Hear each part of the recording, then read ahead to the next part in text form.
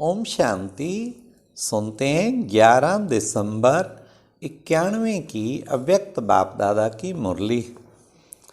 आज की अव्यक्त मुरली में बाबा ने 4 क्वेश्चन। नंबर 1, तीनों रूपों की रॉयल्टी क्या है।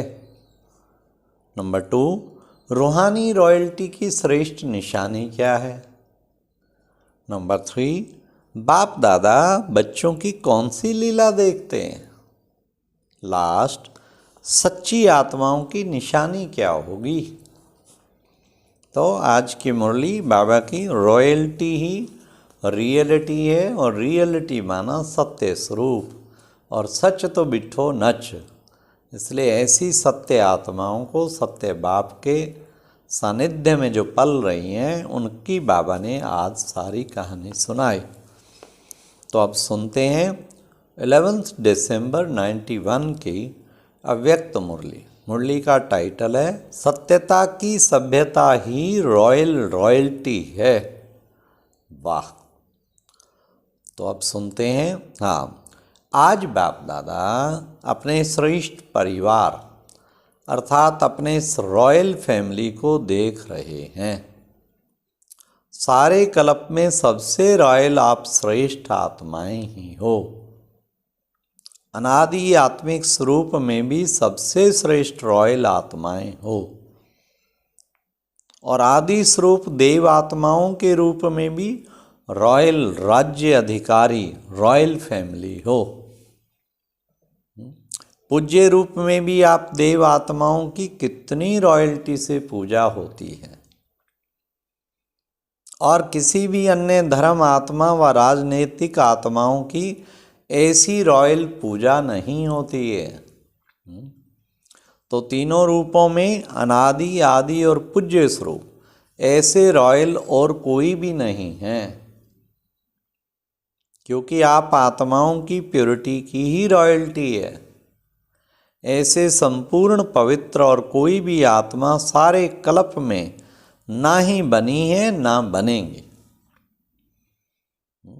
यह प्योरिटी की ही विशेषता है। इसलिए सिर्फ देव आत्माओं के आगे ही यह महिमा गाते हैं कि आप संपूर्ण निर्विकारी हो, और किसी भी धर्म आत्माओं की महिमा में ऐसी महिमा नहीं गाई जाती। सिर्फ देव आत्माओं के श्रेष्ठ कीर्ति अर्थात श्रेष्ठ पवित्रता का ही कीर्तन होता है, और कोई भी धर्म में कीर्तन नहीं होता। साजों और बाजों से कीर्तन का रिवाज देवात्माओं में ही है। वह संगम युग के शक्ति स्वरूप में है। यह संपूर्ण पवित्रता की विधि की सिद्धि है। इसलिए आप जैसे रूहानी रॉयल्टी किसी आत्मा की नहीं है। तो चेक करो ऐसा प्योरिटी की रॉयल्टी कहाँ तक आई है। रूहानी रॉयल्टी की सबसे श्रेष्ठ निशानी रॉयल्टी अर्थात रियलिटी अर्थात सत्यता। जैसे आत्मा का अनादि स्वरूप सत्य है, सत्य अर्थात अविनाशी और सत्य है। जैसे बाप की महिमा विशेष यही गाते रहते हैं, सत्यम शिवम सुंदरम। सत्य ही शिव है, वह गॉड इज ट्रुथ कहा जाता है। तो बाप की महिमा सत्य अर्थात सत्यता की है। ऐसे रॉयल्टी अर्थात रियलिटी सत्यता जरा भी बनावटी या मिलावटी ना हो। चाहे बोल में, चाहे कर्म में, चाहे संबंध संपर्क में मिलावट या बनावट नहीं हो, जिसको साधारण भाषा में बाप दादा कहते हैं सच्चाई। रॉयल आत्माओं की वृत्ति, दृष्टि, बोल, चलन सब एक सत्य होंगे। ऐसे नहीं कि वृत्ति में एक बात हो और बोल में दूसरा बनावटी भाव हो। इसको रॉयल्टी व रियलिटी नहीं कहा जाता। आजकल बाप दादा बच्चों की लीला देखते भी हैं और सुनते भी हैं। कई बच्चे बात को मिलाने और बनाने में बहुत होशियार है। ये है लीला। क्योंकि द्वापर से मिलावट और बनावट की कथाएं बहुत सुनी है ना, तो इस ब्राह्मण जीवन में भी ये संस्कार इमर्ज कर लेते हैं। ऐसे अच्छे रूप से बात बना लेते हैं तो झूठ को बिल्कुल संपूर्ण सत्य बना देते हैं और सत्य को झूठ सिद्ध कर देते हैं। इसको कहा जाता है अंदर एक बाहर दूसरा। क्या ये रियलिटी है? रियलिटी है? नहीं है ना। तो ऐसे पवित्रता की रॉयल्टी अर्थात रियलिटी, ये रॉयल्टी की निशानी है। अगर ये निशानी नहीं है तो समझो प्योरिटी की रॉयल्टी नहीं आई है, वह परसेंटेज में आई है, संपूर्ण नहीं है। और रियलिटी की दूसरी निशानी बाप दादा सदा सुनाते रहते हैं, सच तो बिट्ठो नच। सच्ची आत्माएं सदा खुशी में नाचती रहेंगी। कभी खुशी कम और कभी खुशी ज़्यादा, ऐसा नहीं होगा। दिन प्रतिदिन हर समय और खुशी बढ़ती रहेगी। रियलिटी की निशानी है सदा खुशी में नाचना। नैन चैन कहते हो ना, रॉयल्टी का अर्थ भी है चित्त से भी और नैन चैन से भी सदा हर्षित। सिर्फ बाहर से हर्षित मुख नहीं, लेकिन चित्त में भी हर्षित। हर्षित चित्त हर्षित मुख दोनों हर्षित हों। कई बार ऐसे भी होता है कि अंदर चित्त में खुशी नहीं होती, लेकिन बाहर मुख में समय प्रमाण खुशनुमा बन करके दिखाते हो। इसको अल्पकाल का हर्षित मुख कहेंगे। हर्षित मुख अविनाशी हो। तो पवित्रता की रियलिटी रॉयल्टी अर्थात अविनाशी चित्त और मुख हर्षित हो। चेक करो, दूसरे को चेक करने नहीं लग जाना, अपने को चेक करो। ऐसी रॉयल आत्मा बाप दादा को और सर्व ब्राह्मण परिवार को अति प्यारी होती है। रियल प्यारी आत्मा की विशेषता क्या होती है? क्योंकि आजकल के रीति रस्म प्रमाण तो बहुत प्यारा लगता है, तो प्यारे के तरफ ना चाहते हुए भी आकर्षित हो जाते हैं, जिसको आप लोग अपनी भाषा में अटैचमेंट कहते हो। क्योंकि प्यारा है तो अटैचमेंट तो होगी ना। लेकिन रियल और रॉयल प्यार की निशानी है वो जितना ही प्यारा होगा उतना ही न्यारा भी होगा। इसलिए वह ना स्वयं एक्स्ट्रा अटैचमेंट में आएगा, ना दूसरा उसकी अटैचमेंट में आएगा। इसको कहा जाता है रियल प्यार, संपूर्ण प्यार।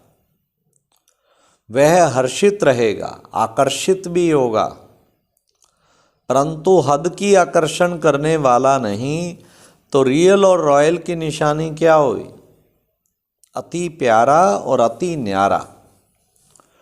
रॉयल्टी की ओर विशेषता है उस आत्मा में कभी किसी भी प्रकार के, चाहे स्थूल चाहे सूक्ष्म, मांगने के संस्कार नहीं होंगे। क्योंकि रॉयल आत्मा सदा संपन्न भरपूर रहती है। एक भरपूरता बाहर की होती है, स्थूल वस्तुओं से स्थूल साधनों से भरपूरता, और दूसरी होती है मन की भरपूरता। जो मन से भरपूर रहता है उसके पास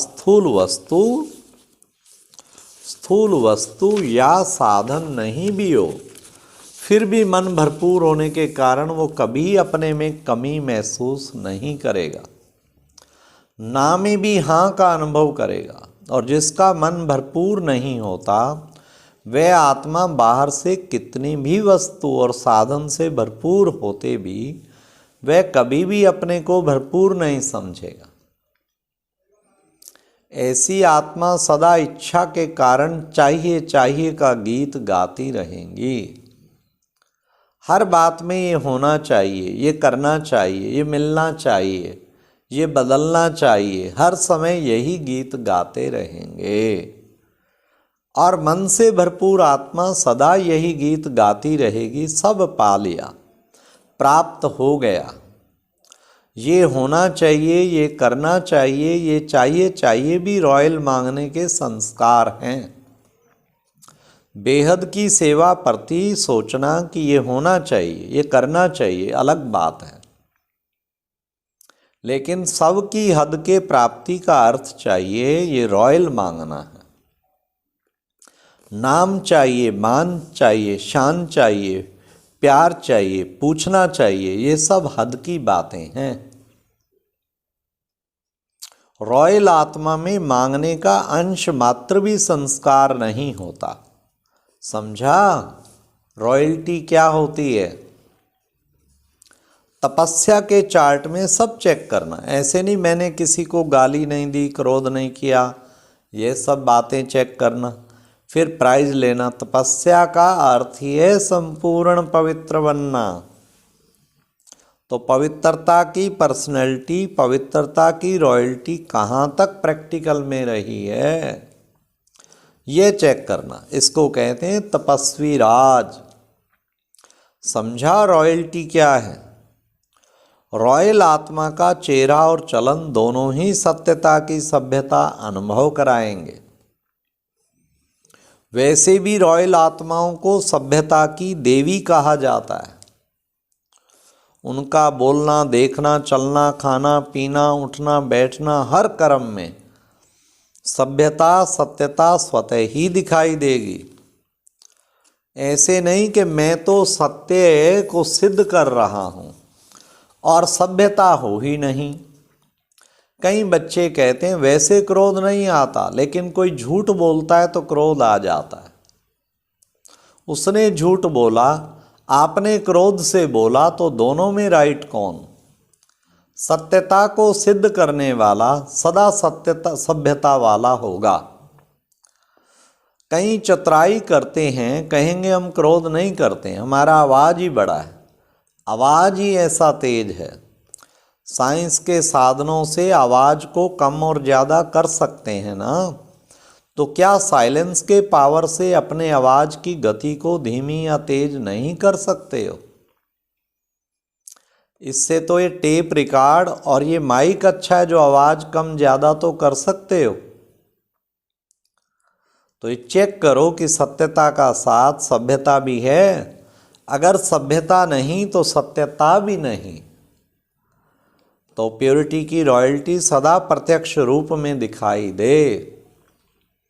ऐसे नहीं अंदर में तो रॉयल्टी है, बाहर देखने में नहीं आती। अगर अंदर है तो बाहर में जरूर दिखाई देगी। सत्यता की रॉयल्टी को कोई छिपा नहीं सकता। इसमें गुप्त नहीं रहना है। कहीं कहते हैं गुप्त पुरुषार्थी हैं इसलिए गुप्त रहते हैं लेकिन जैसे सूर्य को कोई छिपा नहीं सकता, सत्यता के सूर्य को कोई छिपा नहीं सकता, ना कोई कारण छिपा सकता, ना कोई व्यक्ति। सत्य सदा ही सत्य है। सत्यता की शक्ति सबसे महान है। सत्यता सिद्ध करने से सिद्ध नहीं होती। सत्यता की शक्ति को स्वतः ही सिद्ध होने की सिद्धि प्राप्त होती है। सत्यता को अगर कोई सिद्ध करने चाहता है तो सिद्ध जिद्द हो जाता है। इसलिए सत्यता स्वयं ही सिद्ध होती है, उसको सिद्ध करने की आवश्यकता नहीं। समझा? तपस्या वर्ष में क्या दिखाना है? प्योरिटी की पर्सनैलिटी और रॉयल्टी। अच्छा, देश विदेश के तरफ से सभी बच्चों के पत्र, याद, प्यार, पुरुषार्थ के, सेवा के समाचार और दिल की रूह-रुहान सब बाप दादा के पास पहुंच रही है। ऐसे सदा याद में समाये हुए श्रेष्ठ आत्माएं, सदा प्योरिटी की रॉयल्टी और रियलिटी में रहने वाली आत्माएं, सदा मन से संपन्न भरपूर रहने वाली आत्माओं को बाप दादा का याद, प्यार और नमस्ते। अच्छा, ये थी रॉयल्टी और रियलिटी। ओम शांति। ये एक प्रेरणादायक वीडियो है, जरूर देखें, कोई भी मिस ना करे।